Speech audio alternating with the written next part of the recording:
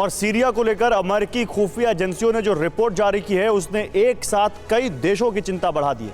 अमेरिकी खुफिया एजेंसियों को जो रिपोर्ट मिली है उसके मुताबिक तुर्की सीरिया के अंदर बहुत बड़ा सैन्य अभियान शुरू करने जा रहा है। इस ऑपरेशन के तहत तुर्की की सेना सीरिया के बड़े भूभाग पर कब्जा कर सकती है। अगर ऐसा हुआ तो इसका मतलब यह हुआ कि उत्तरी सीरिया में तुर्की का कब्जा होगा और दक्षिण सीरिया में इजराइल का। तो क्या सीरिया के मैदान पर इजराइल और तुर्की के बीच नया संग्राम छिड़ने जा रहा है?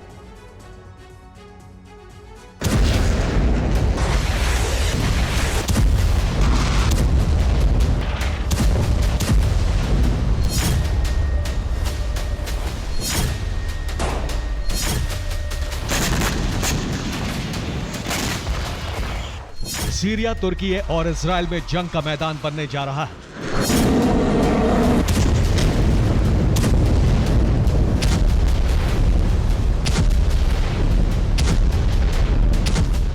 एर्दोआन खलीफा बनने का अरमान पाले बैठे हैं।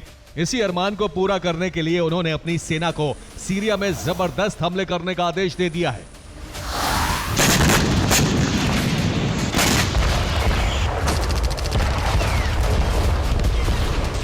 एक तरफ इजरायली एयरफोर्स बमबारी कर रही है तो दूसरी तरफ तुर्की की वायुसेना वज्रपात कर रही है।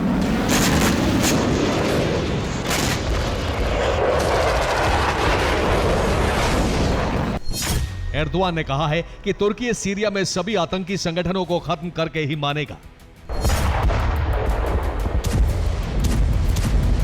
एर्दोआन की इसी शपथ के बाद उत्तरी सीरिया में तुर्की की एयर स्ट्राइक तेज हो गई है।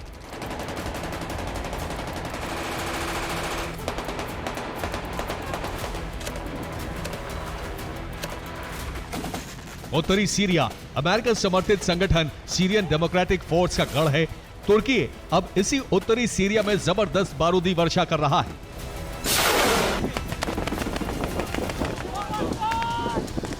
तुर्की ने सीरिया में अपने सबसे बड़े दुश्मन एसडीएफ को खत्म करने का अभियान लॉन्च कर दिया है।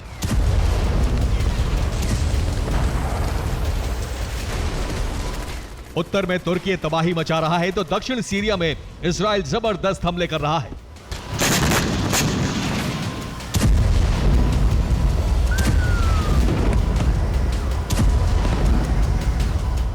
इजराइल ने सीरिया के अंदर कब्जे का अभियान तेज कर दिया है।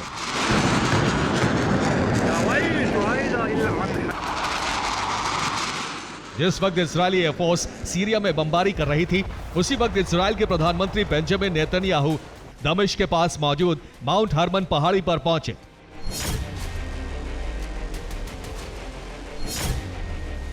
नेतन्याहू ने न सिर्फ सैनिकों का हौसला बढ़ाया बल्कि सीरिया के अंदर चल रहे सैन्य अभियान के बारे में जानकारी भी ली। इजरायली सेना ने अब सीरिया के देरा इलाके में भी बड़ी बढ़त बना ली है। इसके साथ ही इजरायली सेना दक्षिणी सीरिया के वाटर रिजर्व पर कब्जा करने के लिए भी कूच कर गई है।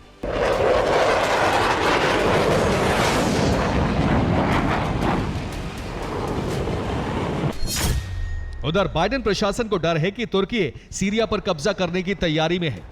अमेरिका ने कहा है कि सीरिया में तुर्की बहुत जल्द आक्रमण कर सकता है।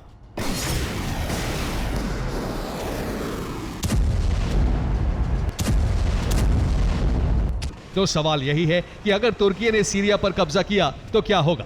क्या सीरिया, तुर्की और इजराइल में युद्ध का मैदान बन जाएगा?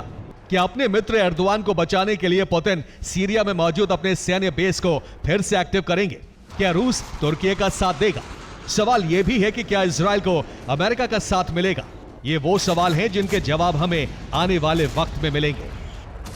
Bureau report, TV9, Bharatvarsh.